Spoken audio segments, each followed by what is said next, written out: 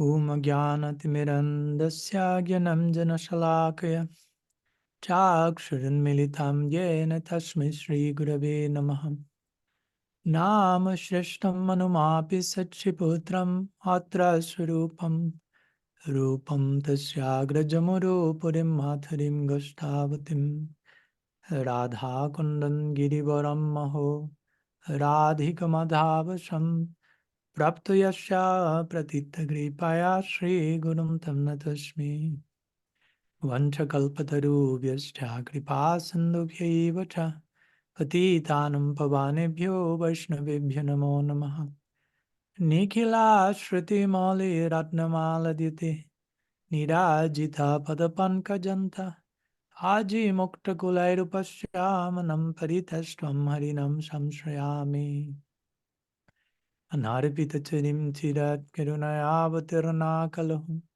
Shamarpaitumunnatajvalarasam Subhakti Shriyam Hari Purata Sundaradhyuti Kadamba Sandipita Sada Hridaye Khandare Spurato Vasachinandana Ajanulambita Bhujo Kanakavadat Sankirtanaika Pitaro Kamalaya Takshu Vishwambaro Diyavaro Jugadharma Pala Vande Jagat Priyakaro Karunavataru Ladini Shakti Swarupaya Gauranga Suhridaya Cha Bhakta Shakti Pradhanaya Gadadhara Namostute He Krishna Karuna Sindhadina Bandhu Jagatpate Gopesha Gopika Kanta Radha Kanta Namostute Radhe Vrindavanadishe Karunamrita Vahine Kripaya Nijpadabjadasyanmayam pradiyatham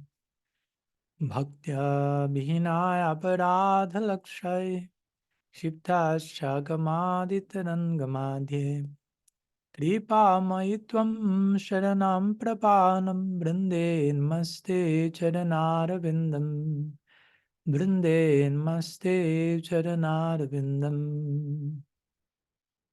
Shri Satinandana Gaur Hari Ki Jai, Shri Harinam Prabhu Ki Jai, Shri Shri Gaur Nityanand Ki Jai, Shri Shri Gaur Gadadhar Ji Ki Jai, Shri Shri Radha Madan Mohan Ji Ki Jai, Shri Raghuvinda Dev Ki Jai, Radha Gopinath Ji Ki Jai, Gaur Bhakta Vrinda Ki Jai, Gaur Praman Hari Hari Bol. So, pranam to all of you. Good morning from, again, Buenos Aires. And again, here we are for a second meeting of ISTAGOSTHI, or questions and answers, or questions and further reflections and further turning of the ocean of Krishna consciousness, which is in itself oceanic in nature. That's why Srila Rupa Goswami, when he composed his monumental work on Bhakti, which is another word for Krishna consciousness, Krishna Bhakti, he wrote Bhakti Rasamrita Sindhu. So he said, okay, this monumental work is just but a droplet from that ocean, and we pray to be sprinkled by that single drop. That will be more than enough for the day, and more than enough for the lifetime. So it's an ocean, bottomless ocean with unending layers of depth and breadth. So that's a blessing in itself. But also that can be tricky in the sense of dealing with something which is bottomless in both breadth and depth.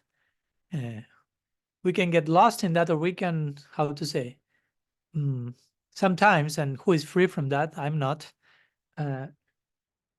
Indulge in this temptation of like limiting the bottomless ocean, limiting the breadth and the depth and the possibilities of the ocean. So here we are trying to remind each other how bottomless the ocean is, so to say, how bottomless Krishna consciousness is, and how much there is to be excavated, and how much every single conclusion we may have reached in terms of Krishna Bhakti as we always say, may be accurate, but it can be always more accurate.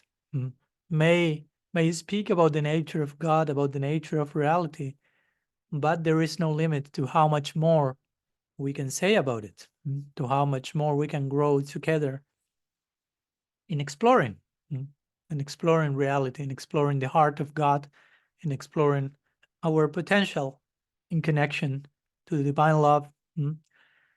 So again, ISTAGOSTHI is ideally a humbling, should be a humbling experience for all of us, in which we once again witness, hopefully have some sort of epiphany of how bottomless this ocean is, of how endless is our prospect, is our potential, and how much open we should remain in that connection.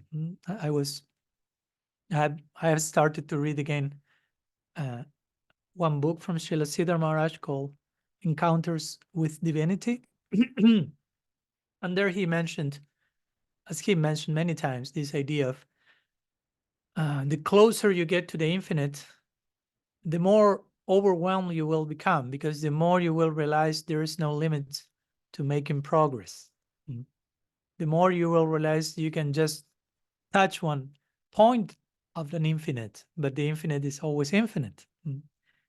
So it's the closer you get, and that's why the subjective experience, he was saying that yesterday I was reading that those who get closer and closer to the infinite somehow will subjectively experience this paradoxical feeling that I'm getting farther and farther. That's why Mahaprabhu, I mean, he was the very personification of divine love. And he will say things like, Na prema gandhasti darapi haro. In me, there is no even the scent of divine love. But nobody showed divine love more than him. So he was the one who had divine love the most. And he will be the one who mostly expressed his lack of divine love. Because that's the unavoidable subjective experience of getting in touch with the bottomless substance. You realize how much more you can have it, how much more, or you can be possessed by it. So you can never claim, I have it. You can never claim, I know it. We will never be so sure about expressing ourselves with that level of assertiveness in connection to the divine realm. That's why Mahaprabhu himself will say, Amanina manadina, which entails this idea of unassertiveness in connection to the unlimited possibilities of divine love. So again, this is not a gathering so we get together and just affirm in an arrogant way our certainties. No, I became more and more convinced that we already know everything perfectly and we have all the absolute knowledge and the perfect understanding, and there's nothing else to be learned, and just the only thing that remains is to make others know what we already perfectly know. But actually it's a meeting to humble ourselves and to remind ourselves of our eternal prospect of eternal discipleship and eternal life of students. So again, something that is coming to my mind, just an initial inspiration after Mangalacharan, that I always like to say is the most important part of Harikatha, because Mangalacharan means praying, both speaker and listeners, so to say, to be instruments and not to engage in what we may call transpersonal or trans-egoic sharing, where I don't try to be the main character, any of us, but the divine flow, the divine descent, the divine current of inspiration, hopefully is the main operative force here, both for me and for you over there. It's a teamwork. But we need grace. So Mangalacharan is that crucial moment that, although it lasts a few minutes, it's the one which determines what will happen in the next hour and a half.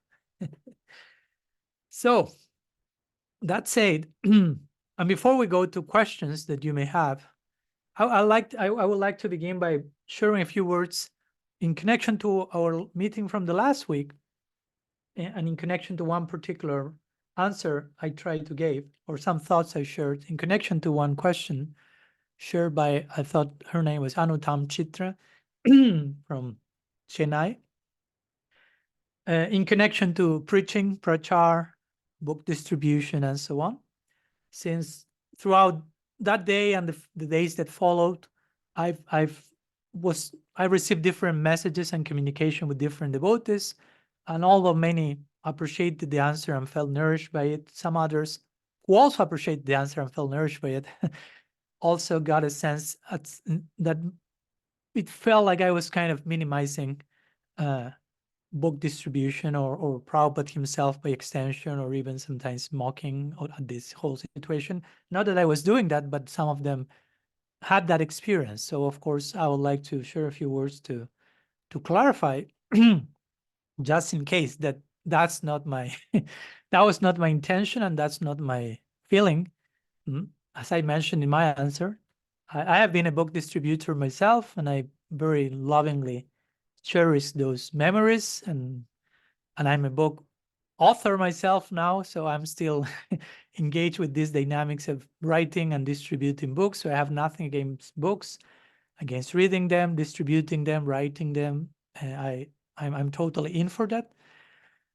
But something that I would like to emphasize is that whatever I said in that answer, and of course the answer is there for all of us, for all of you to listen to again. It's important that whatever, not only me, but whatever anyone replies to any given question is understood in context. And context in this case means, which was the answer? No, I mean, I gave some reply, but their reply was in reply to an answer, to a question, sorry. The question was from someone who was saying, as you may recall, that she was in certain particular community dynamics where book distribution was kind of almost imposed as the highest service, and somehow with a sense of whomever is not engaging in that service is not engaged in the highest service. And the person who presented the question was also somehow expressing some potential discouragement in that connection, because she, and probably many others, and because I've heard this so many times, may feel inclined to do other services or inspired for that or have some capacities for that. But if they are not engaged in the highest service, so to say, somehow this creates this discouragement, or this kind of even like caste system or elite thing or hierarchy. And my main point, whatever I said in reply, again, going back to the content, was addressing that particular angle of vision, that particular perspective, which was book distribution. No, book distribution is not the highest service. But the point is, the highest service is not any given particular action, but from which place we do whatever we do. That's the highest service. The highest service is Anyavyalesita sunyam jnana karmadhyanabritam anukulyana krishnanu shilanam bhaktiruttama. That's the definition that Rupa Goswami gives of Uttam Bhakti, or topmost devotion that we are expected to embrace as Gaudiya Vaishnavas. That's the highest service, whatever form it takes. That's my main point. Whatever you happen to be doing in that spirit described by Rupa Goswami, that we call highest service. Not that doing something is the highest and not doing something is the lowest. Because again, nobody's distributing books in the spiritual world. So that means that they are not doing the highest service. If we have this idea, no? I mean, the spiritual world is the realm of the highest service, and nobody's distributing books there.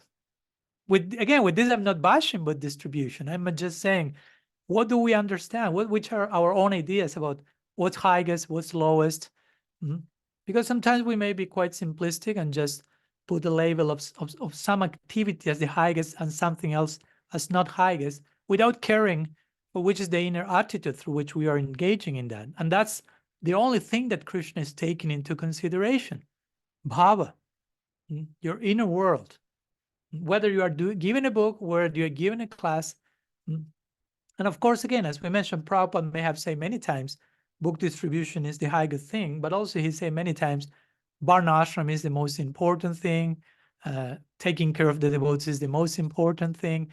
Becoming a pure devotee of Krishna is the most important thing. So there are many most important things that Prabhupada established. So we have to, again, be open and be able to integrate all these differences of not opinion, but different statements given in at different moments in particular contexts.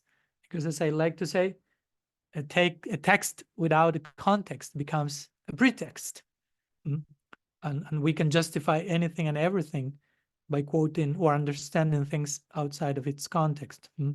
So again, my main point in my reply last week, just to wrap up and conclude this clarification, was to emphasize in one sense, the relativity of any particular action and the absolute importance of the inner spirit of that action for it to be actual bhakti, for it to be, as I say, prachar. I try to speak about prachar. Without achar is PR, public relationships. So at the end of the day, my main point was not so much to dismiss any given activity, but to emphasize the inner spirit of the activity and how that's what Krishna takes, that's what pleases Krishna. And that's the highest service, so to say. Highest is not a worthiness contest, so to say, or meritocracy, or an egoic competition, like I want to be engaged in the highest thing. I mean, what's highest for each person, that will be different, subjectively even. Krishna Das Kaviraj Goswami says, every devotee feels that their connection with Krishna is the highest and everyone is correct. So we have to harmonize that. And of course, at the end of my reply last week, and with this I conclude, I also remind that I myself shared, in my opinion, what will be the highest perspective of prachar or preaching, like was in the context of let's help Mahaprabhu to, how to say, pay his debt of love. Krishna is indebted with the love of Radha and the gopis, and now he's coming as Mahaprabhu trying to make devotees for Sri Radha.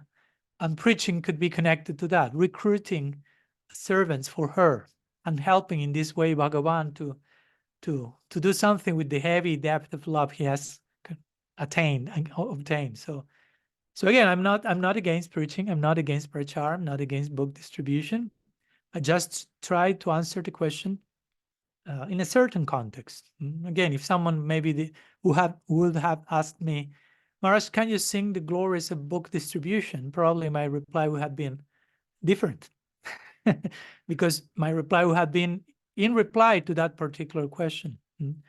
All those, I'm sure some of the points I share, I will have also shared just to clarify which are my thoughts on that. But I wanted just to share this brief clarification because, of course, it's not my intention that anyone feels disturbed by thinking that we are here bashing such a holy, sacred engagement, what to speak of someone like Srila Prabhupada. And of course, again, the challenge of diversity is that we will find people with different takes and different levels of emphasis and different experiences and different opinions. And many of them may be correct at the same time simultaneously. So that's when we are invited to embrace the principle of Tadatmya, to embrace the principle of empathy and taking the time to entering into the shoes of the other person and learning their perspective, learning the experiences they've gone through to reach that particular stance. And if that's bona fide or legal, so to say, learning to appreciate that and even to enrich our own position through that, and vice versa, of course. Not only expecting people to be empathic with me, but me to begin with being willing to try to embrace that principle in relation to others. So anyhow, some initial clarification I want to share. Is the camera a little bit out of focus? I don't know why that's going on. That's a little better? I don't know. Okay. It's a little better. It's still blurry. Yeah, I don't know. Okay. Okay. So anyhow, some brief clarification. I hope that helps. And I'm ready if we have questions that anyone may have for today. Some topic you may like that we elaborate in further detail. But Teresa mentioned you can raise your hand physically or digitally through the Zoom button.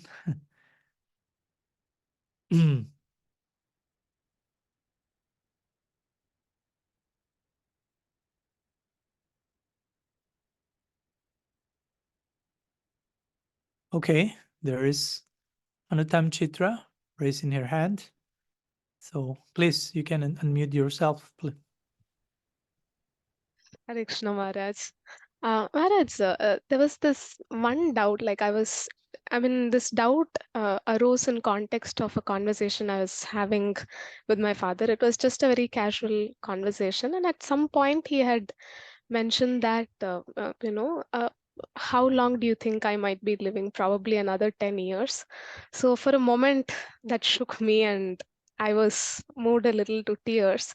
And at that point, I sort of remembered how I was indeed attached to my significant other. But when we see scriptures and all, there is a lot of emphasis on how attachment can be the root cause of getting caught up in this cycle of birth and death, and how with the sword of detachment, one needs to sever such um, bondings. So when I sort of read that, it sounds a little impersonal to me, which sort of seems to contradict the value of personalism or radical personalism. Like it seems two opposites, and I'm sort of struggling to harmonize or put both of these in perspectives. Like there is attachment towards significant others, seems quite natural, like almost a given, but then there's also this aspect. So how do we put that in context, Maharaj? Thank you. Yeah, that's a classical one, that question. So thanks for bringing up. That's maybe in the top 5 or something.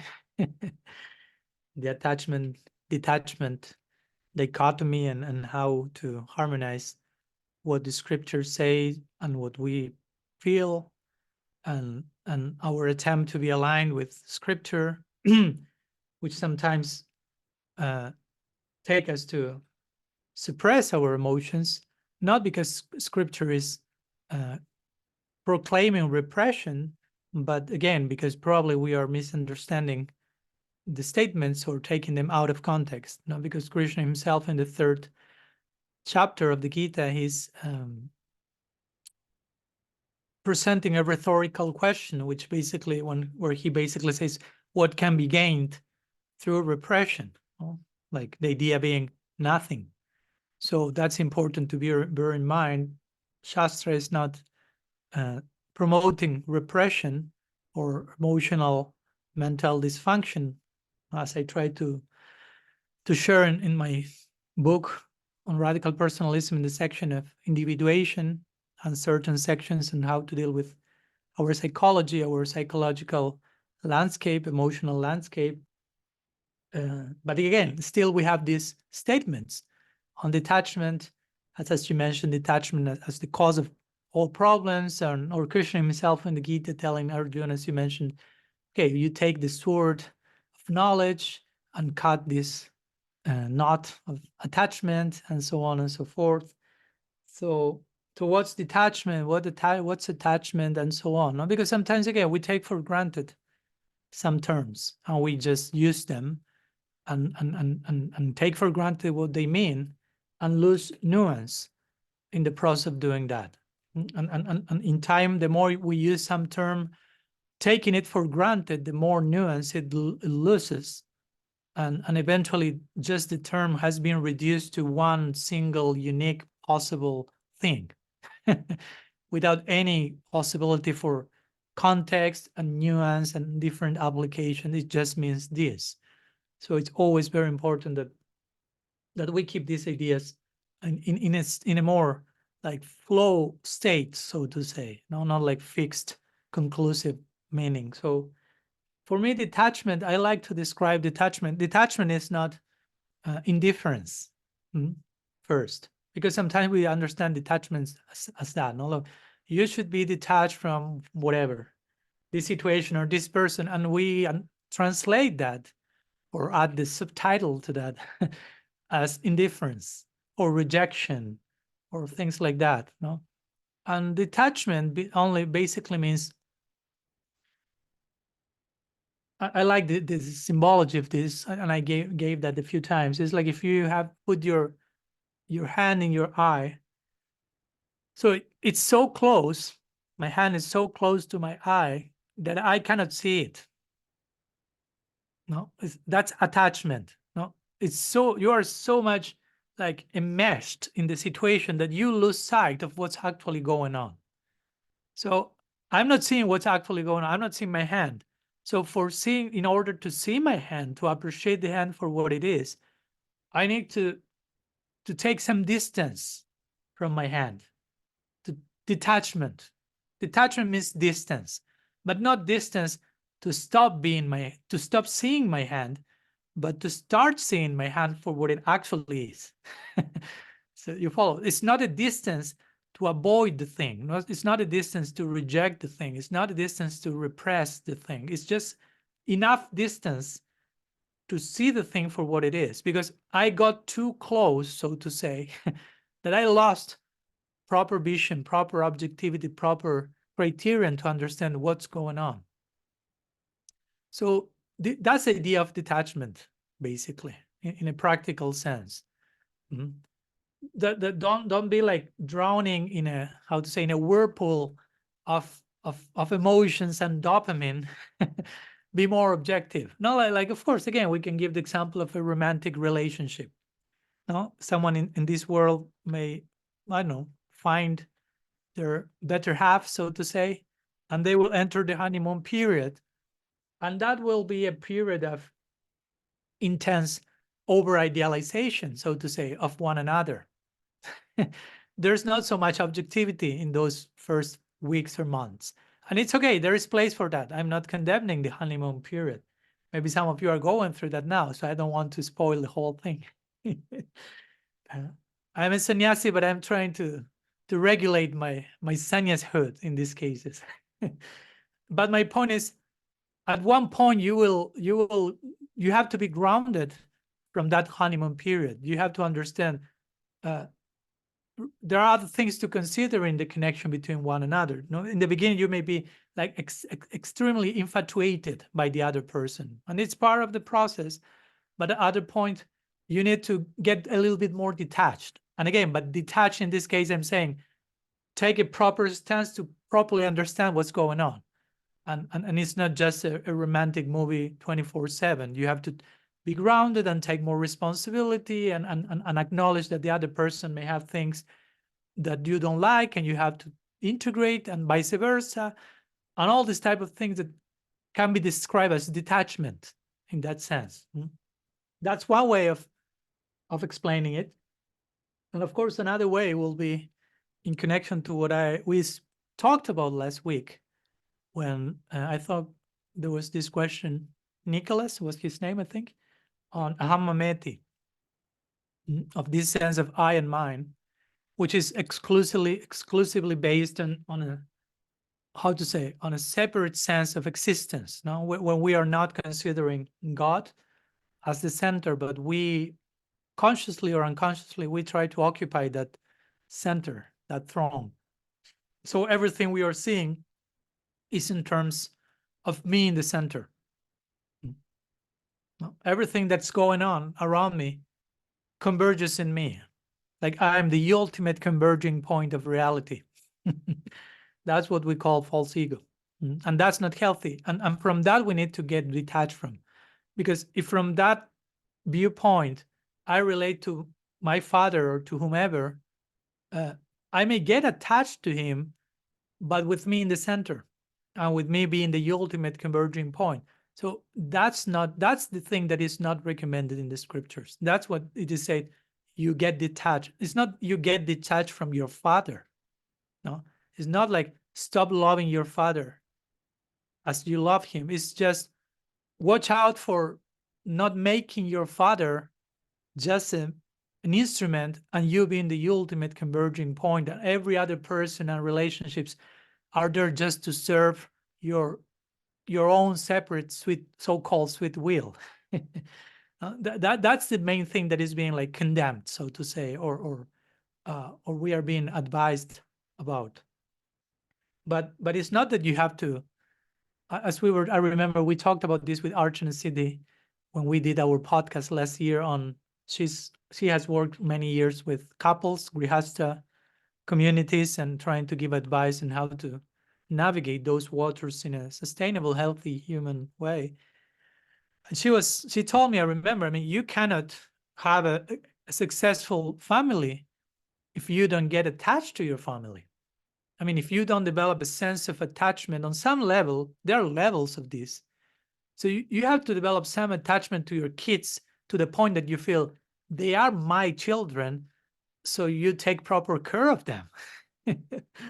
Because if you are absolutely detached from your kids to the point that you don't feel they are my kids, that sense of I am my is not established, then you are not caring for them because they are not your kids. So you are not caring for feeding them and taking care of them because they are not yours. And again, you can use philosophy to justify everything. No? So they are Krishna's kids, they are not mine. And I'm just surrendering to Krishna, and Krishna will be happy with this and he will take care of them. So I don't need to do that. And we can create a whole philosophical narrative to just be unresponsible, irresponsible as a person. So again, you have to establish some attachment with this type of people. So we have this sense of there is a bond, there is a relationship, and there is a commitment in that relationship, because if not, I will just neglect that. And that has happened a lot. She was telling me, I mean, throughout the history of grihastha couples, I mean, she shared with me this like shocking statistic, like almost like 90% of the grihastha couples coming from Prabhupada disciples divorce themselves. That's a lot. That's almost 100%. That's another way of putting it. 90% is almost everyone.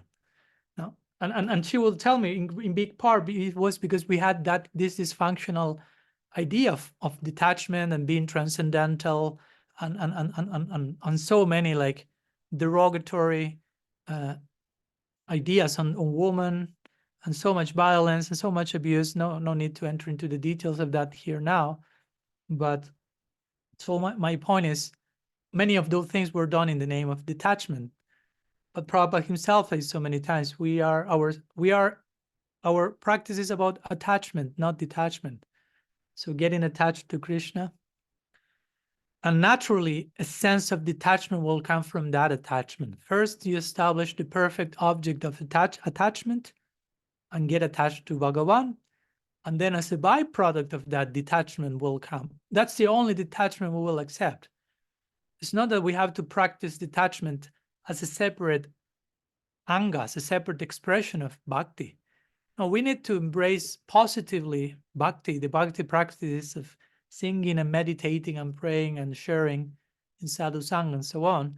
And that will create in itself the proper detachment that comes as a byproduct. It's not that we do detachment as a main practice and attachment to Krishna comes as a byproduct. It's exactly the opposite. But I cannot tell you how many times I met devotees who have the exact wrong idea, the exact opposite idea. They were like, the more detached I become, the more I will love Krishna, would get closer to him. And it's like, no, it's exactly the opposite. And I explained that, quoting the Bhagavatam, and they were shocked. So yeah, we have to be personal, we have to be affectionate with others, but also again in our particular worldview as Gaudiya Vaishnavas, we try to establish connection with people on the basis of this non-dual foundation, that where we acknowledge everything is connected with the center, sambandha, everything is connected with the center. So to whomever I'm relating, they are related to the center. They are related to Krishna. Everything is connected to Krishna. So that awareness is important in how we relate to one another, because if we forget this, again, we may gradually slip into us trying to occupy that center, and that's when it becomes a problem. That when whatever attachment we have becomes like excessive. It's not that every form of attachment is wrong, because if not, we enter into these black and white scenarios. No, all attachment is bad, all detachment is good, or whatever. If you are attached to your father, that's bad. If you are detached, that's good. And we need both. I mean, we need to be attached on some level, as I mentioned, but also we need this detachment that gives this perspective and distance and bigger picture. So actually we need both in their right amount, instead of which of the two are you picking on 100%. So once again, we have to become more and more accustomed to conceive of reality and to conceive of Krishna consciousness, of our life, as nuanced, and things are generally not happening in black and white terms, no? But gray should be a favorite color of ours. So some thoughts that comes to my mind. I hope that helps. Anutam Chitra, thank you for your question. Yes, Maharaj. Thank you, Maharaj. Thank you. So Bhakti Rasa has her hand raised. It's in relation to your response to Anutam Chitra. I was reflecting on what you were saying, and it seems also that we can apply the same thing to like our thoughts and our ideas. I was just thinking that our thoughts can be too close to us, and we can't even see them, and we don't separate if we don't give some distance between ourselves and our ideas, or ourselves and our thoughts. Everything that you were saying regarding another person could also be applied to our own thoughts, because sometimes it's said also, oh, don't think, that's like, it's kind of like also negating relationships. It's very, very, very similar. If we're too attached or too detached, we don't have a proper perspective. Yeah. So that was not a question. You said it all, Bhakti Rasa. Yeah, but if just a few words that come to my mind, just in like, this is an extended reply to Anutam Chitra's question. Yeah, we have to also be careful of, again, not going to the extremes, not to the extreme of do not think, because, I mean, to begin with, that's not possible. So imagine you try to not do something that is not possible. Try to imagine the train wreck that means. No? Like, you cannot not think. But someone tells you shouldn't be thinking, so you try to make the best not to think. Or the same idea, no? Like, don't feel anything for your father. And you cannot but feel something. That person is your father, you love him. But you try to not do that. So that's really dysfunctional. So that's one extreme, but the other extreme is also we take our own thoughts too seriously, or we become too overtly identify with them. Like, my thoughts, my ideas about everything, it's me. And that's not necessarily the case.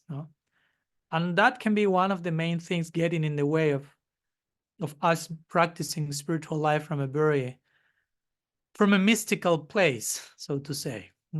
Because Bhakti actually is a mystical school, is a mystical experience, something that goes beyond mind and thoughts. In one sense, Krishna is adokshaya.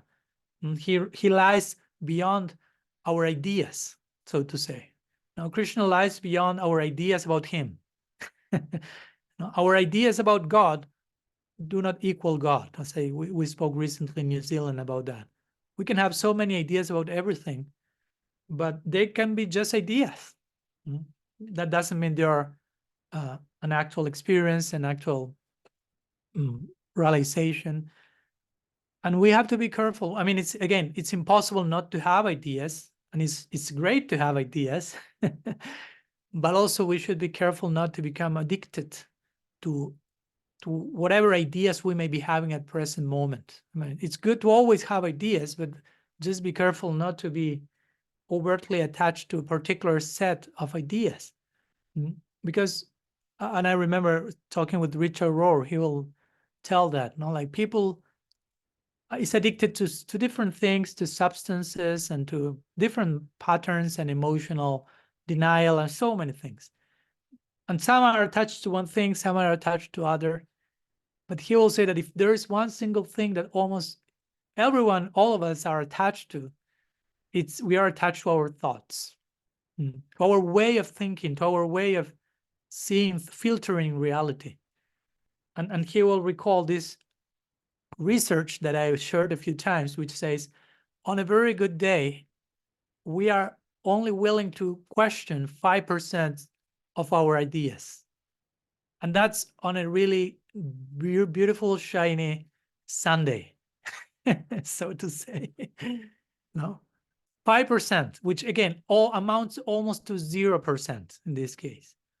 So that speaks, in general, of course, that's a statistic. I'm not saying each one of you is in that situation, but that speaks for itself about sometimes we are attached to our ideas, and they are so much ingrained and so much like embedded into our lenses through which we filter reality. And again, I'm not saying this pointing at anyone. I'm including myself first in the list that I'm talking about. That's the teaching of the scriptures. That's in the Yoga Sutras as well. I mean, we have some scars. We have acquired impressions. That means some scars from time without beginning. So we have acquired different some scars, which basically color the way we see reality, and make us to perceive things from a particular angle, from a certain perspective, with a certain mood. But again, that doesn't mean that's how the ultimate reality looks like. That's how we are looking at reality from our particular perspective, which is, I'm not totally, I'm not like canceling that. I'm just saying that's not the all in all. And maybe in our own case in time, we'll gaze at reality from a different point of view. What to speak of other people having other points of view. Even ourselves will change the way we are seeing the same thing from different perspectives. So the important thing is that we are willing to shift perspective, to embrace paradigm shift. Because if not, our attachment to certain lenses, our attachment to certain ways of filtering reality will basically dictate how we understand everything and how we understand everyone, and how we may be projecting different forms of judgments on whatever happens around us, and be completely convinced that that's like that. It's how I'm thinking, I'm feeling, I'm perceiving, I'm concluding, and that will be problematic for sure, especially if you try to relate to someone else apart from you. That's that's in itself problematic for us, having that stance. What to speak when we extend that to others who may be thinking in the same way, in the different way, but from the same narrow-mindedness.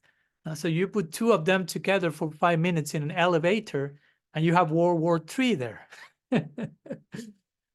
So no surprise that we have these global conflicts around the world, which basically are just like a magnified expression of the micro conflicts we are having with ourselves, with one another, with me and two more and three.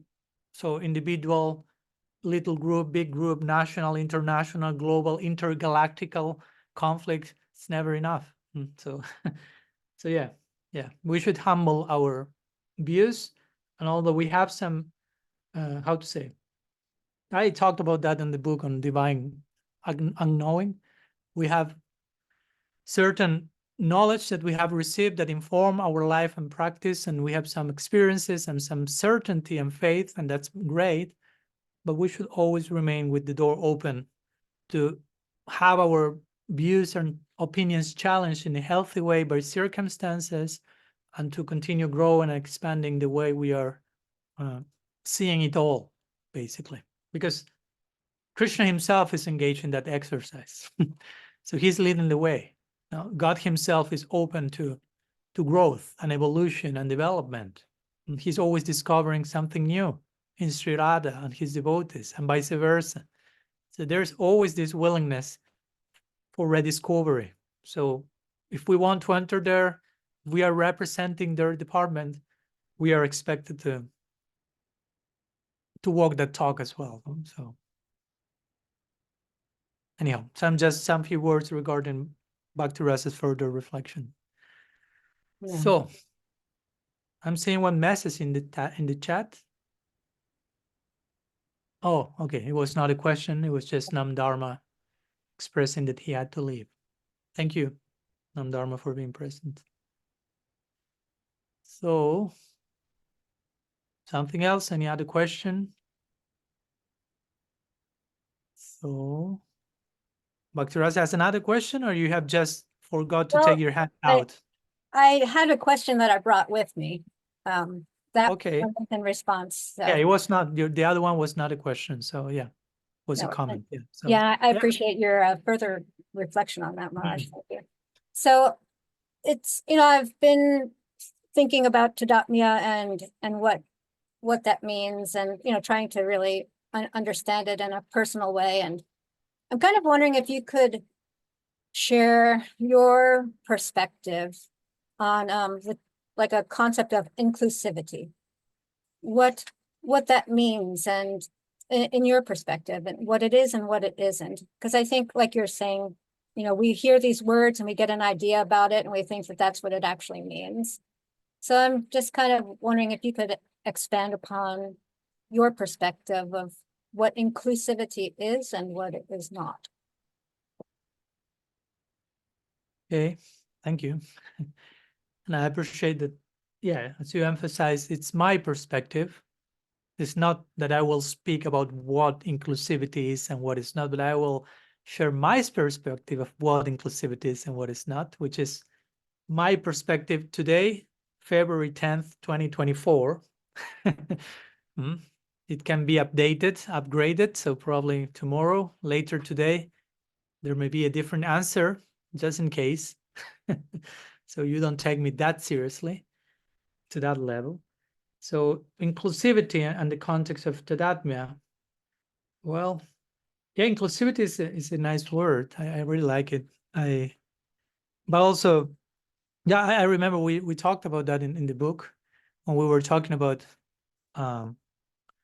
exclusivity and inclusivity and how to relate with other people, and how our particular tradition is, in one sense, very exclusive, in the sense of it presents a very specific ideal, very detailed description of transcendence and the way we will be serving there. Everything is very, very exclusive, very specified. So, but if we do not have a foundation of inclusivity, then the only exclusivity that will be there will be in the form of fundamentalism. No, my tradition is the best and we are the highest and this is the topmost things and nobody else has that, and we just become fanatics. So that's exclusivity and toxic exclusivity. So to reach the actual exclusivity that Gaudiya Vaishnavism is all about, first you have to establish this inclusivity, which is, as if we want to put it in the terms of radical personalism, we spoke about non-dual thinking. First, let's establish this non-dual foundation, this commonality, where all of us share this interconnectedness with the center of reality, and how other traditions are, how to say, sharing this common foundation as well.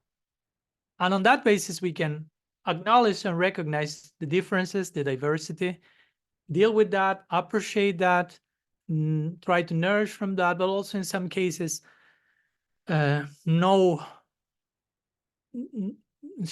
where to locate ourselves in that context. In some cases, we may need to take some respectful distance, or we may realize that this is not my inner tribe or my inner circle, although there is a common non-dual foundation, but this is my tribe and that's the other tribe, your tribe.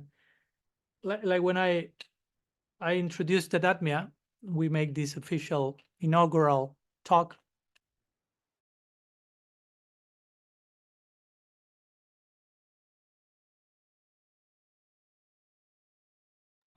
Oops. Refers to your inner group, your inner tribe, your inner circle. That's Swapaksha. Their Suhrit Paksha are those who are not in your inner circle, but you are friendly with. So you can work with them, you can collaborate with them, but they are not your inner circle. And it's okay. I mean, this is happening in eternity, in transcendence. So there's place for that. So what to speak here? And then there's the Vipaksha, which is the, how to say, the opposing party, let's say. And I'm not saying with this, they are the enemies that we have to destroy or something like that. But it's just a group of people that for whatever reason, for whatever degree of differences in mood and opinion or whatever, we are not part of the inner circle with each other, and we cannot even work together or collaborate together because these differences come on the surface and everything becomes too complicated.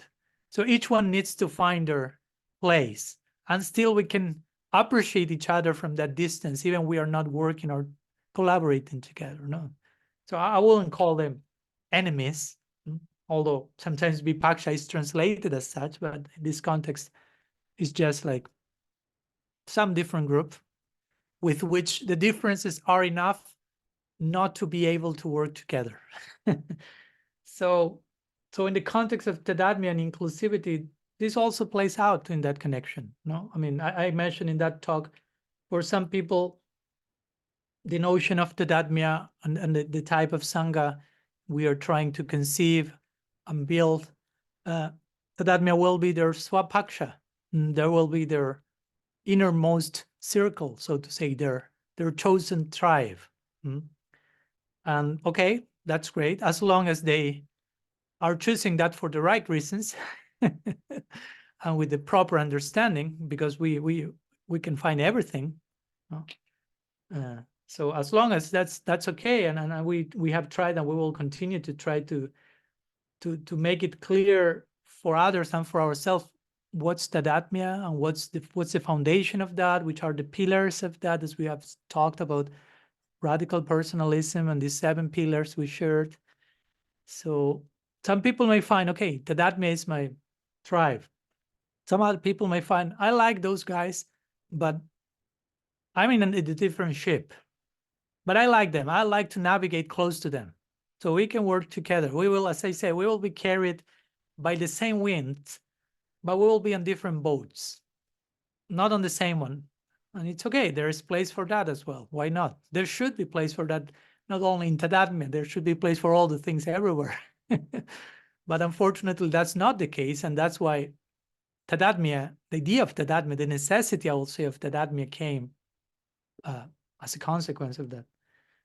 And then you have others who will think, I'm not in that same boat, and I'm not even carried by the same wind. So those situations will be placed in another way, in another place. And all that is part of inclusivity. No, because everyone is given a place. Now, inclusivity doesn't mean make everyone part of your inner circle. That's not inclusivity. Inclusivity is give everyone their place. Do not deprive anyone from a place. That's actual inclusivity. No, exclusivity is the opposite. Exclusivity, fanatical exclusivity is only we are the whatever. Only we are the correct ones and the safe ones, and everyone else is doomed forever. So you are not giving those other people any place. They have no place. They have no possibility of existing. They are sent to hell. So that's not inclusive. But inclusive, again, doesn't mean force yourself to have a whole bunch of people who are absolutely diverse in a situation where it's too much diversity for all of them to be part of the same inner circle. It can happen. So sometimes we have to be careful. I like inclusivity, and I'm all for our harmonizing differences and unity and diversity. I mean, I love all these ideas, but also I'm trying to remain sober enough as to remind myself that in practice, I mean, life happens, people happen, relationships happen, differences of opinion happen. And sometimes we are not able to harmonize everything or integrate everyone in the most perfect way or as part of an inner circle.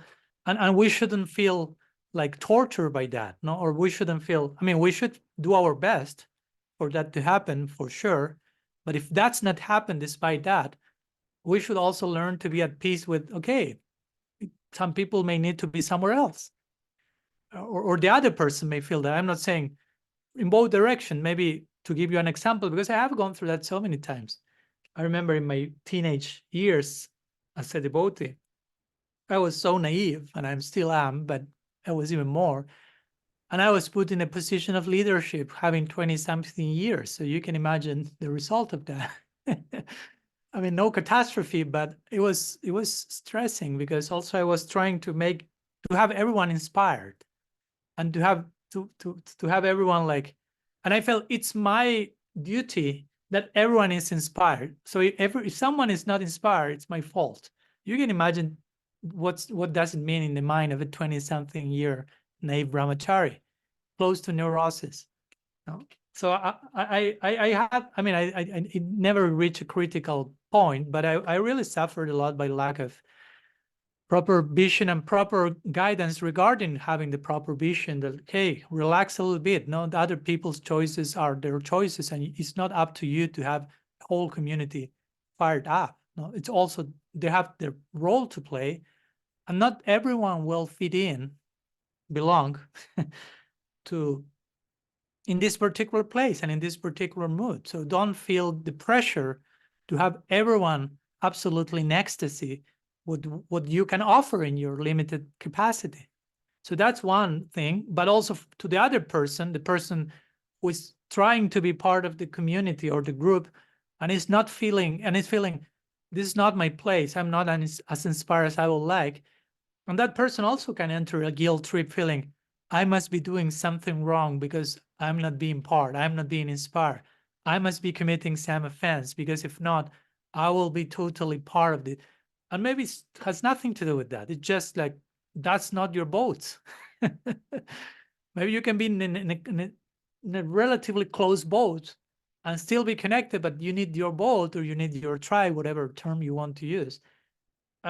So my point is that by learning these things, we can save ourselves from lots of anxiety and stress and unnecessary even projections on others, on ourselves. So I'm saying this because also, yes, I want to be realistic with the whole Tadatmya project. It's not that I've shared the news and I'm like having some over expectation, like everyone will join. No, I'm sure that won't happen.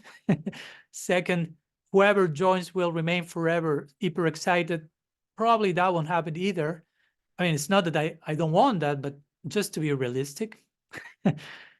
So I'm saying that just to settle those things as humanly as possible. I'm willing to be there, so whomever feels inspired remains inspired. I also need that, but also I'm willing to be realistic.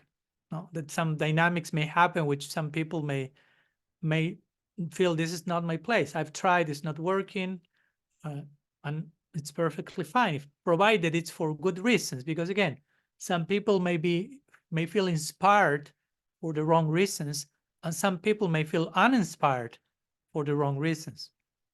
And some people may feel inspired and uninspired for the right reasons. So everything can happen. So provided we are doing things for the right reasons and we are being sincere and introspective, whether it is joining or taking some healthy distance, that's welcomed if it comes from a genuine place. And for me, that's inclusivity. You know, like allow those things to happen, and allow everyone to feel those things, to accept those things, to be included in their experience. Not so much necessarily to be included in the inner circle, but to be included in terms of, I'm acknowledging what you're experiencing, and that has a place somewhere. Maybe it's not here, but it has to have a place. To begin with, it has a place because it's going on, it's happening, it exists. So it has a place. And second, it needs a place for it to be further expressed and nourished. It may be the Tadatmya space, Tadatmya Sangha, or it may be another Sangha. That's secondary for me. For me, the important thing is how that experience is being given place, and how whatever one experiences is nourished. So for me, that's a criterion of of inclusivity. No, so we don't kind of develop some like over idealistic, naive, romantic idea like, no, let everyone join him and everyone has to be here and inspire and have their place. Sometimes in time we will feel, okay, there is a certain, as I say, Tadatmya has been founded, so to say, on the foundation of radical personalism and those 7 pillars and a certain understanding of those things. And in time, for some people, it may prove that they have, I mean, they may agree with the idea, but they may have a different understanding of those things or a different mood, and they may require their own place and space for that. And it's okay. I mean, again, this is not any dictatorship where anyone is like forced to remain in a certain place. And also we are not expected to force anyone to do things according to how we want things to happen. No? So, and of course, these social dynamics can be sometimes complex because people, we are complex. we are different. We have different opinions and views and feelings and ways of doing things. But we have to be at least careful, humble enough, respectful enough to respect that the way I feel things are better are not necessarily the best for everyone. No, my criteria of better is not necessarily of universal application. It may be what works for me better, what inspires me the most, or what inspires people of my nature or species the most, and that's great. But probably some other person doesn't need that, and that's okay. We should give space for that, and we should be very careful in relating to one another from that place of basic humility and respect. No, and that again, that's Tadatmya, because Tadatmya means empathy and or identification. So we need to take the time to identify with the experience of the other person, respect that, empathize with that, which doesn't mean I'm canceling my own individuality and everything will happen according to the other's need, because that becomes a whole, whole hodgepodge, as they say, no? Whatever is someone's need today, that's what we become, no? And we lose sight of there's an actual foundation to Tadatmya, that's how, what we want it to be, so to say, and on that foundation to build it. So it's important that we keep that foundation in place, and on that basis, there is inclusivity in that particular context, so to say. So Tadatmya can be something, because if not, it will become anything and everything at any given moment, and it's nothing at the end of the day. So that can happen also, no? And I know that has been a fear. I've talked with some devotees who have expressed that, no? Because if you make like a very open invitation, as I did with Tadatmya, and people from other sanghas can join, and if you feel aligned, you can come and make your country. Some were like, oh, but we are afraid that so many people from different places may come, and that will become everything and anything at the same time. Because, and I can understand the potential risk of that, and that's why also, while offering that openness, I try to also express this. I was inclusive in that sense, but also I try to be exclusive in the sense of, okay, but this is founded on the foundation of radical personalism, these 7 pillars, and a particular approach to the 7 pillars that was presented in the book. So there are certain rules to the game, so to say, because if there are no rules and anything and everything goes, there's no game. No. If I tell you, okay, let's play football. Okay, so how do we play football? Oh, you do whatever you want with the ball. And someone will take the ball with the hand and will run away and jump into a lake and start to swim. And it's like, you say, that's not football, but you told me I can do whatever I want. No, there has to be some rules that facilitate the game, the interaction, the expression. So anyhow, those are some thoughts regarding inclusivity in terms of Tadatmya. Again, clarifying, inclusivity doesn't mean that everyone has to fit in one same place, so to say, but we should be able to give everyone their place and be mature enough to acknowledge when, in some cases, someone's place may be our own, maybe somewhere else, whether in terms of Tadatmya or whether in so many terms. Again, in so many ways, we have to be willing to that and not feel that's necessarily a problem provided we have arrived to that place from a place of introspection, prayer, and honesty. If that's the case, we have all reasons to celebrate the arrival to that particular place. I hope that helps. I don't know if that's... Yeah, that was beautiful. Thank you. Of course, a radical personalist kind of answer. So that was great. And it Okay. does really seem to tie into, individuation and that in context with all the other pillars. So yeah, awesome. Thanks, Maharaj. Thank you. Thank you. So, what else? Karuneshwar is raising her hand. Yeah. I'm just 1 second. I'm checking the battery of my computer because it's not charged. But I started 100%, but I'm 39 now, so it's being consumed pretty fast. So still we can go on, but if you just see me running, I just went for the charger, just to clarify. Yes, Karuneshwari, Param, nice to see you. Hare Krishna. In one way, I feel like this is a question that maybe I would have asked when I joined, like 30 odd years ago, but I'm asking it again now because it feels like I need to ask it again now, because last few We are years, still joining. yeah, because the last few years I feel I have to really understand things properly, why I'm doing things. And in the beginning, maybe I was accepting them more because Krishna consciousness seems to work. There's some taste. So therefore, just accept everything. So the question I'm asking now, maybe I'll give a little example of something first, and then it's quite a specific question. So for example, there's a temple community that I'm kind of, connected with, and it has quite a new committee. And the committee made some decisions that a lot of devotees were not so sure about. So I spoke to one of the members because I know her, and I, brought this up. And her answer was, everyone on this committee is chanting their 16 rounds. And between the combined years of devotional service is several hundred years. So the implication was, because of this, the decision is correct. So I suppose my specific question is, how, because different people have different natures, some people are more sadhakas than others. So how much of someone's advancement in Krishna consciousness is based on a specific number? How much of it is based on following a vow that you made and honoring that?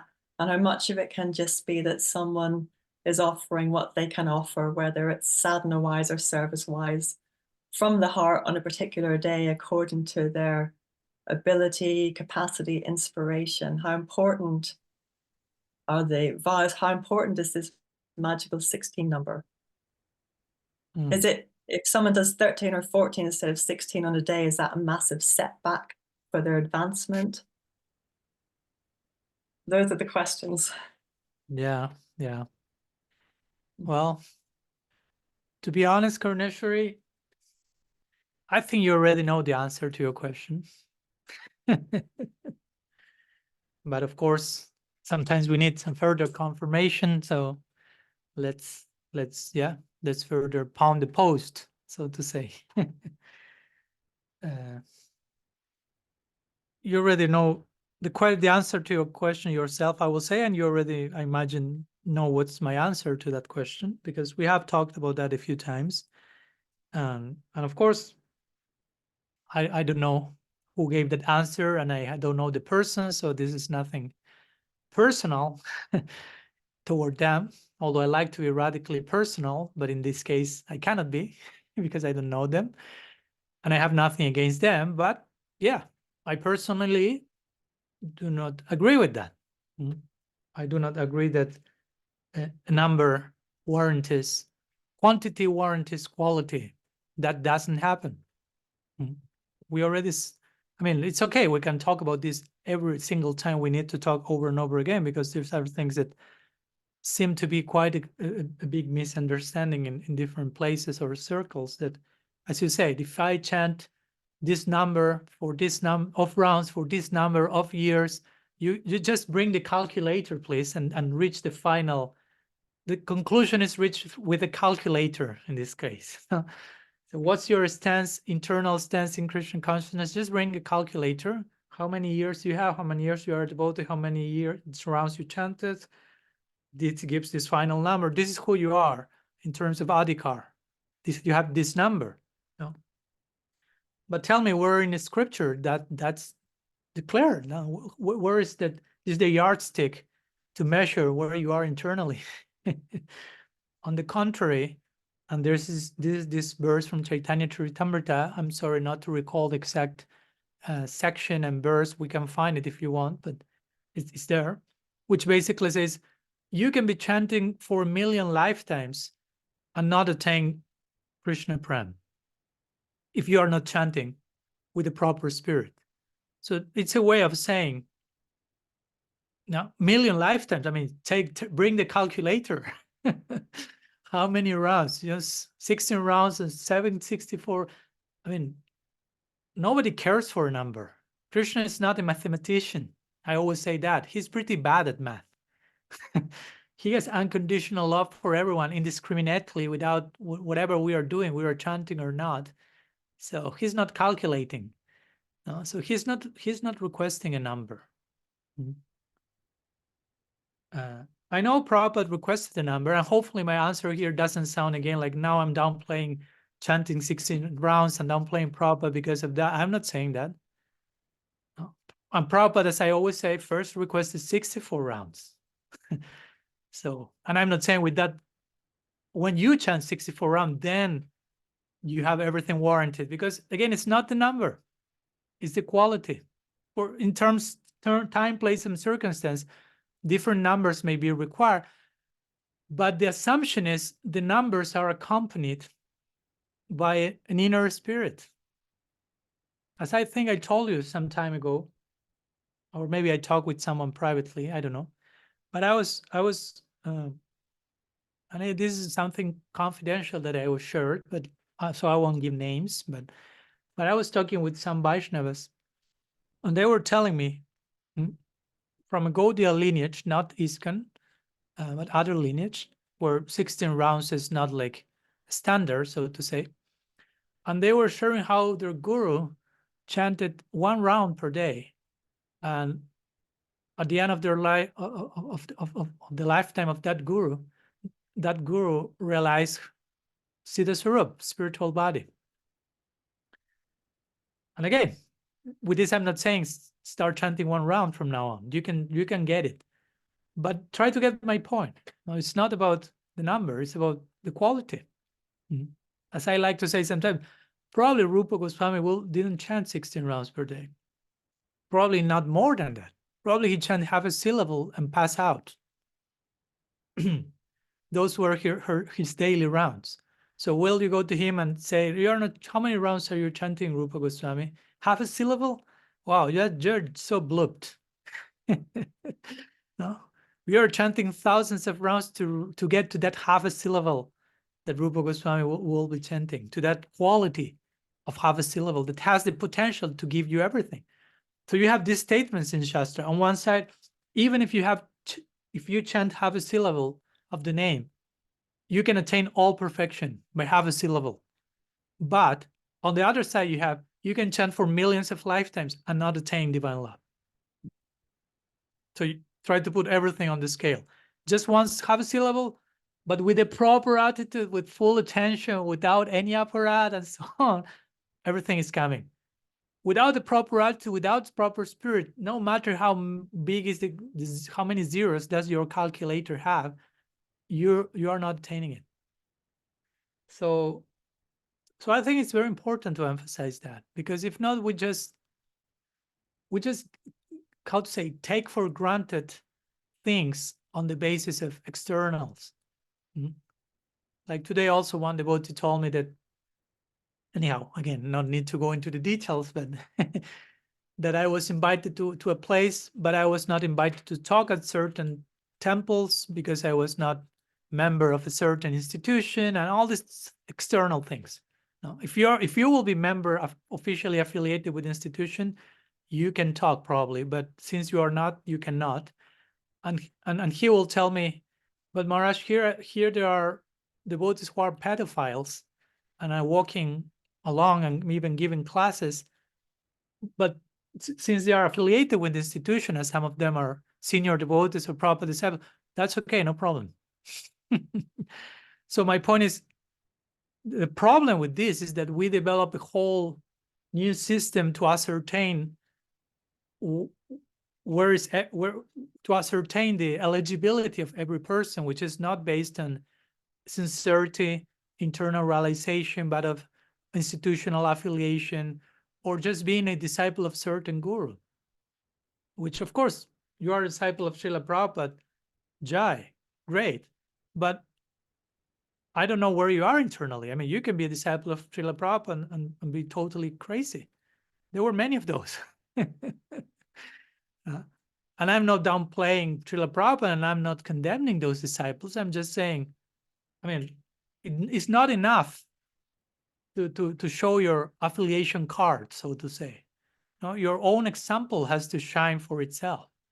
I mean, that's what it takes. It's not just, but my guru is such a person, but I'm affiliated here, or but I've reached this number today.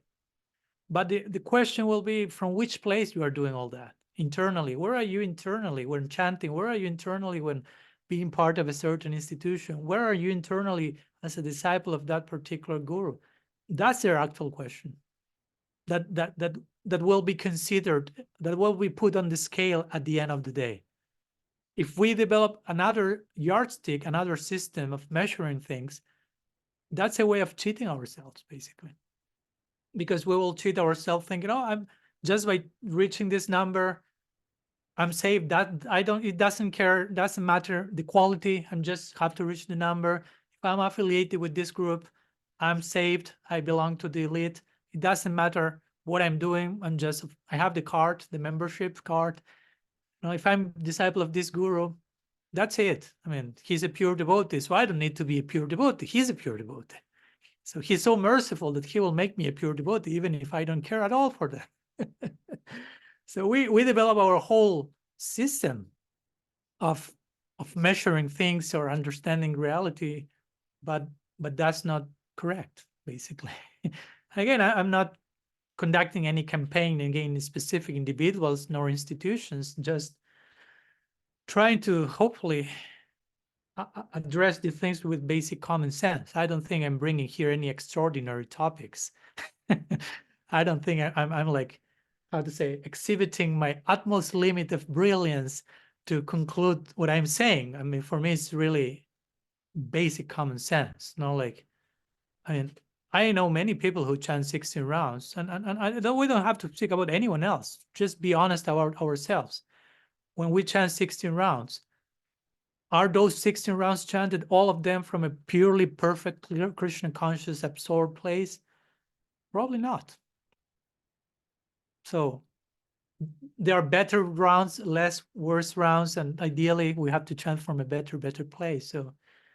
So I think that has to be brought to the table, because if not, unfortunately, and as example you shared speaks also with all respect for all the parts involved, sometimes we can use this new measuring system also to cancel further conversations. No, someone may have a difference of opinion or something, and the reply to that is, as you mentioned, that person is chanting his 16 rounds, so there's nothing you have to say here. But you can say, well, but am I also chanting my 16 rounds? I have some word to say in this regard. So to say, again, it's not that you have to bring the number to have a right to express yourself. And that's also the point. So yeah, I think it's important not to be so reductionistic. Like, Maharaj, how many rounds have you chanted? Oh, not 16, so we cannot talk to you, sorry. Or whatever, no? I mean, someone may be chanting less than 16 and have more important things to say. Again, it's not the number. We shouldn't scan the person. You are reducing the person to a number, basically. For me, that's another form of impersonalism. I don't care for you as an individual and your inner experience. Just give me the number. Are you a 16 or not? So to say. No? The Enneagram have from 1 to 9. We have our 16-Enneagram. So are you a 16 or not? Yeah, I'm a 16. Okay, you can say something. Or even worse, nobody can tell you anything because you are 16. So you are completely protected, so to say, from any criticism. And if on top of that, you are an elder, devotee, or a Prabhupada disciple, or whatever administrative post you have, you are more immune to criticism. And that's not healthy. I mean, the more senior you are, the more you should be willing to receive healthy criticism. So you remain sober in that position of leadership and seniorship. The higher you go, the more you should be praying for healthy, constructive criticism, and the more you will be willing to hear others' opinion and not cancel culture. So yeah, that's what I can say. The rest is, well, each of us choose how to deal with that situation, because of course we chose to be in that situation. I mean, we didn't choose to receive that answer, but we choose to be in a particular serving in a particular place and circle, and it's okay, it's perfect. And every choice we make in those cases, of course, entails some further ripples and waves and movements that are part of the initial choice, which is again okay, but yeah, invite us to learn to further navigate those waters.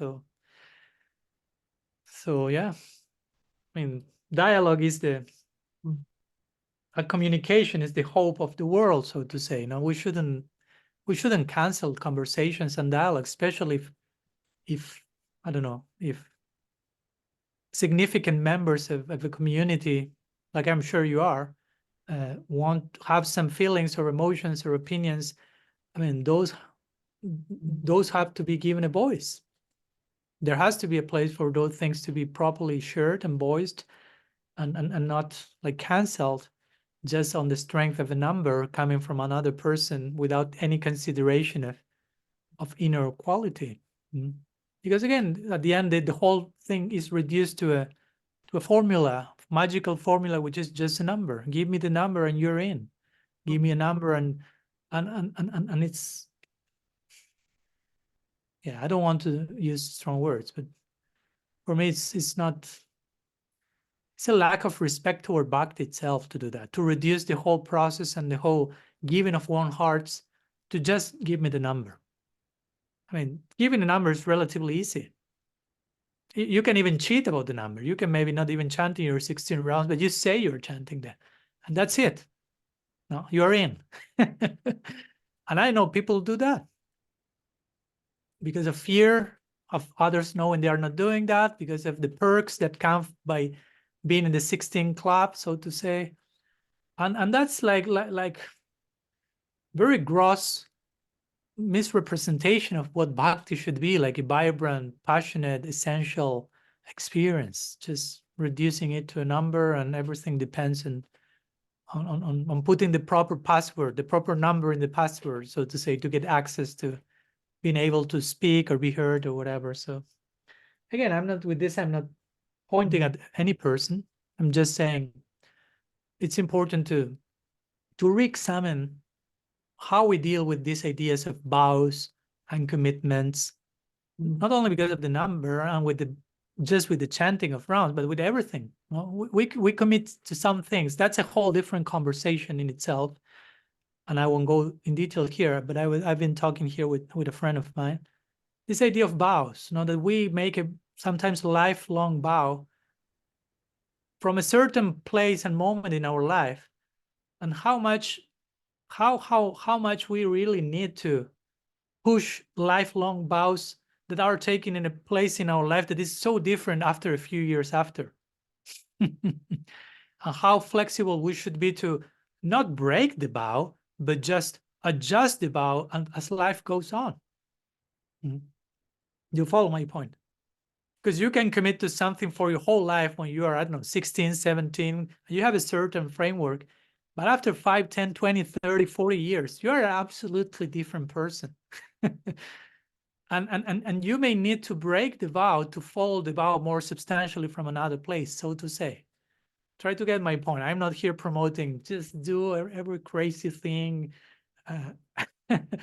But I'm just saying we commit to some vows even for our whole life from a certain place. And in time we find ourselves in so many different places. So what to do with those vows and those commitments from the other different places we are in? How to deal with that? Sometimes we do not talk too much about that. It's just you committed to that vow that day and you keep doing that till you die, so to say, without too much nuance. And for me, that's a variety of what Rupa Goswami calls niyama graha. As you say in the fourth, second verse, Upadeshamrita, he says 6 things to ruin your bhakti, basically. One of them is niyama graha, and one of the meanings of niyama graha is to follow rules, regulations, to do stuff without knowing why you are doing it.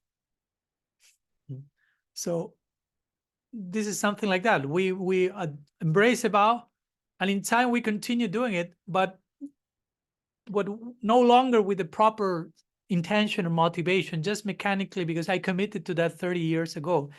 But I need to discover a new place and a new way to continue doing that thing. If I'm not doing that renewal process of rediscovering my vows, that's niyama graha. And that's damaging one's bhakti, Rupa Goswami is saying.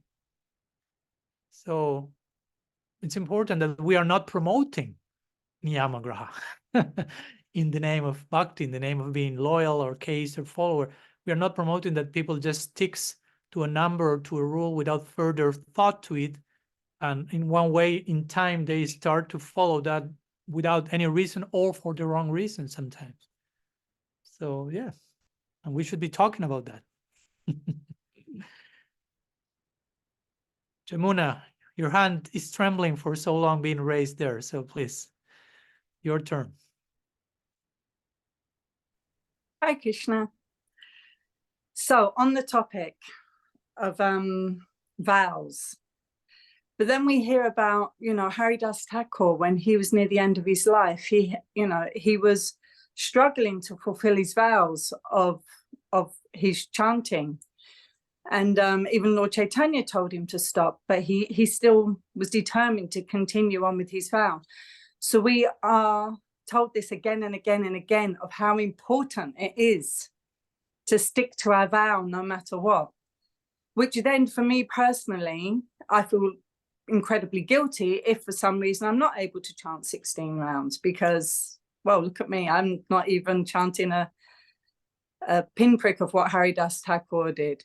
And also then there's the point of we should have, if you have so much taste for chanting that you don't just want to stop at 16, you want to continue chanting as many as possible. So yeah, that's it. Yeah. Yeah, of course, we have the example of Haridas Thakur regarding the vow, and you are mentioning your own example. But I will say again, sorry to repeat that, but we speak about the vow. But what's the vow? The vow is not to chant 16 rounds. The vow is to chant 16 rounds of Shuddhanam. Ultimately, to try it. Because if not, I could just chant Namaparad and be completely careless. But I'm doing my vow of the 16 rounds. But the spirit of the commitment is not the number. Of course, there is a number. I'm not condemning that. I'm not inviting you to chant less. I'm just saying that we can become we can over-identify the vow with the number, that we stop paying attention to the actual spirit of the vow, the actual spirit of the rule, which is not the number, which is chanting with such right attitude, as you mentioned, that at one point you end up transgressing the number in the sense that you start to chant more. Because you can also say, oh, you are chanting more than 16. You are not following the vow. You committed yourself to chant 16. So you are breaking your vow, Jamuna. You are chanting 17 today. And you will say, no. I mean, the idea is that I got it. The idea is that I got a taste. Okay, that's the vow. Huh? That's the point. The idea is that I chant from such a place that I will chant more and more. Okay, so that's the vow, to chant from such a place that at one point you will chant even more than 16. I'm not here promoting chant less and less. The idea is chant more and more, but the only way you will chant more and more, as you mentioned, is by getting a taste. And the only way you will get a taste is to chant from a certain place in the context of the number we committed to, but that's not the all in all of the vow. That's my point. Do not reduce your vow to how many rounds you committed to chant. That's an aspect of the vow, but it's not the all in all. It's to chant from a certain place, like we also mentioned. You have the 4 regulative principles.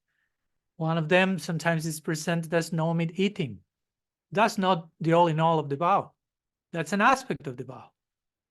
The actual principle is be as compassionate, as kind as you can. And one aspect of that is no meat eating. No, naturally. So similarly, one aspect of the vow is the number, the numeric aspect of the vow. Let's call it like that. No? Every vow, it's a numeric aspect of a vow. But, and I know some people, we are more about sometimes numbers and fixed. It's easier. No? I'm reaching the number, that's it. Like I remember once a devotee told me, Maharaj, whenever I'm not chanting, I don't reach to chant my 16 rounds, I know that I lost my day and I've been in Maya.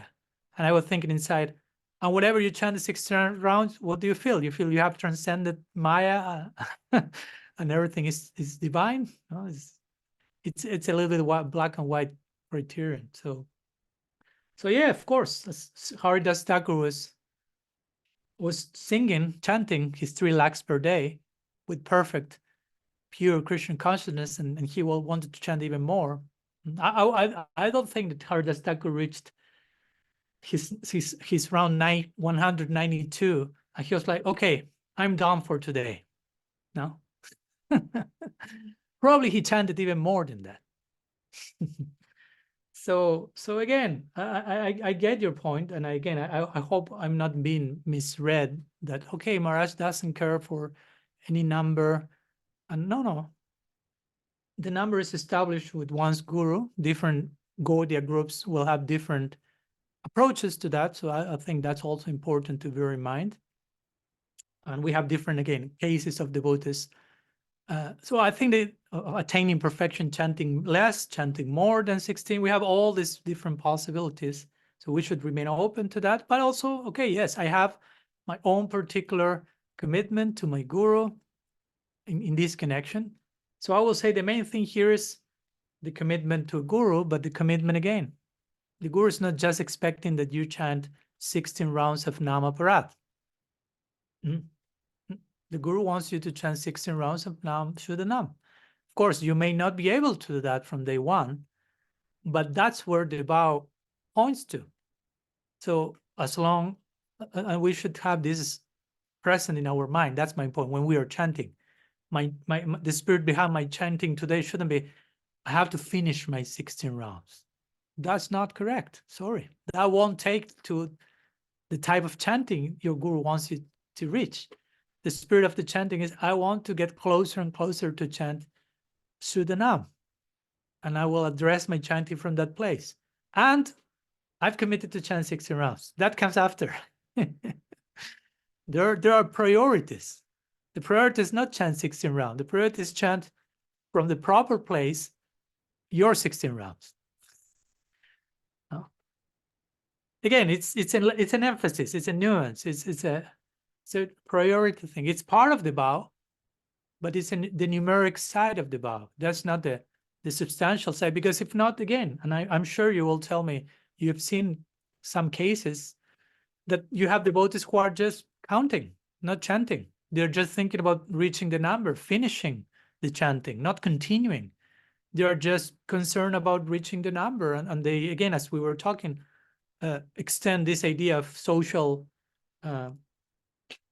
weight, so to say, social influence according to if you reach the number of not, without caring what's the quality of your chanting. Just give me the number. So, and I've seen that a lot. I'm not saying I'm totally free from that. So I'm saying this again without pointing to any specific group, just to a pattern of thought.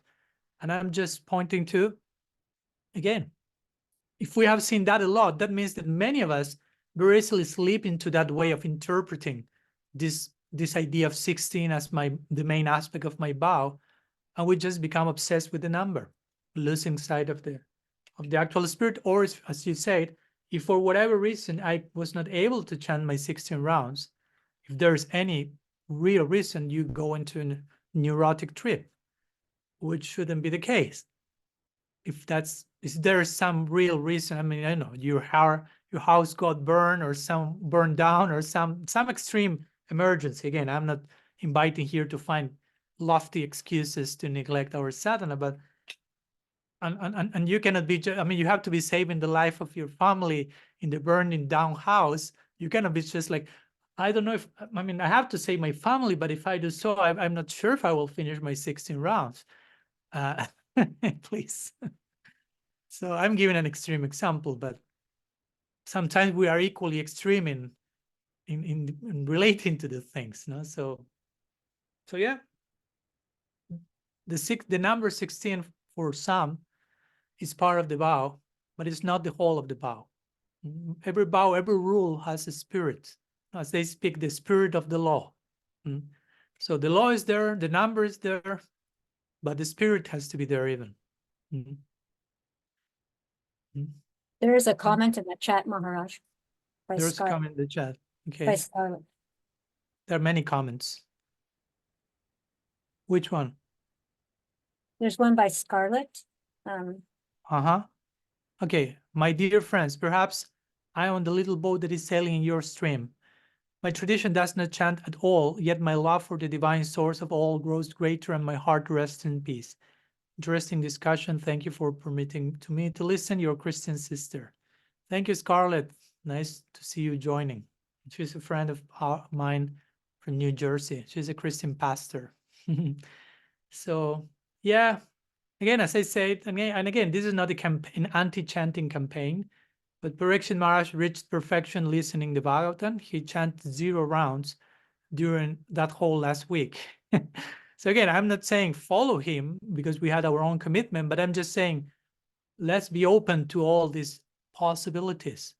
So we don't develop a toxic sense of certainty that because I'm finishing my number, I'm necessarily on the other side of the rainbow, so to say. And again, every vow, whether it's 16 rounds, whether it's 4 regulative principles, whether it's whatever, any vow, there are different vows and commitments. I think it's important that we are able to go beyond the formal aspect of the vow or the numeric aspect of the vow, and reach deeper and deeper aspects of that. No? We have to renew our vows on a daily basis, I will say. What does it mean for me to chant 16 rounds today? What does it mean for me to be a celibate monk today? What does it mean for me to follow the 4 regs today? What does it mean? From which place I'm relating to that? It's just copy-paste formula? No, hopefully not. So yeah, thank you so much, Jamuna, for your question and thoughts, and also for those who will like at the beginning, Dr. Rasa shared the verse from Chaitanya Charitamrita Adi Leela, chapter 8, verses 29-30, that says, if one chants the exalted holy name of the Lord again and again, and yet his love for the Supreme Lord does not develop and tears do not appear in his eyes, it is evident that because of his offenses in chanting, the seed of the holy name of Krishna does not sprout. But if one only chants with some slight faith the holy names of Lord Chaitanya Nityananda, very quickly he is cleansed of all offenses. Thus, as soon as he chants the Hare Krishna Mahamantra, he feels the ecstasy of love of God. Thank you. So yeah, those were the references. And again, I know that with some of these ideas, we may be like squishing some ways that we were used to conceive certain things, and sometimes we may feel even unconsciously like not attacked, but like, or challenged, but like it's a different way of speaking about the same thing or a different approach. I'm not saying it's better. I'm just saying it's what it is. And I appreciate your patience in trying to process all the things and deal with all the things. I mean, I myself, I'm in that same process. I mean, all of us have been practicing, some of you for longer than me, for 4 or 5 decades. I've been practicing for 2.5 decades. And I mean, let's be honest, all of us have our own prejudices or ways that we learn about doing things, or conceptions or ways of thinking about things, some scars, and they became ingrained, and we have to be compassionate with ourselves and each other in understanding those processes, and being patient in opening ourselves to new ways of thinking, not because those were necessarily wrong, but just because there are always new ways and deeper ways to continue unfolding the things, as we say in the beginning. Krishna consciousness is a bottomless ocean that always acquire deeper and deeper meanings and ways to be approached. There is not one single way, only legal way to be a devotee. It's unlimited. So I know it's a tapasya to enter that space, no, and to challenge our own thoughts and opinions without having our faith going through a extreme crisis, so to say. No, and I'm feeling, no, this is helping me. This is making everything more nuanced. This is nourishing my faith. At the same time, it's challenging it, but to grow, challenging to grow deeper. Hopefully, that's the idea. And of course, if we are not having that experience, there's always place to share and to talk, because that's the only intention of this meeting and spaces, that we can continue growing together in faith, and in how we conceive everything around us, and how we practice on the basis of that conception, bringing a fruit, an ideal fruit as a result. So thank you so much. And I think we may be able to conclude here today. We are almost 2 hours. Wow. And my battery is running off in a few minutes. So before that happens, we will close the curtain. Thank you so much to all of you for your time and presence and questions. And see you next Saturday, same time, same channel, and so on. And happy Advaita Saptami. I think it will be on Thursday, at least in Argentina. So may you have a very happy celebration of the appearance day of Sri Advaita Acharya. Sriman Mahaprabhu ki jai, Sri Advaita Acharya ki jai, Sri Harinam Prabhu ki jai, Gaur Nityananda ki jai, Shri Gaur Gadadhar ki jai, Gaur Bhakta Vrinda ki jai, Gaur Premanand Hari Hari Bol, Vancha Kalpatarubhyascha, Kripa Sindhupyaiva cha Patitanam Pavanibhyo Vaishnavibhyo Namo Namah. Ananta Koti Vaishnava Vrinda ki jai. Gaur Hari Bol.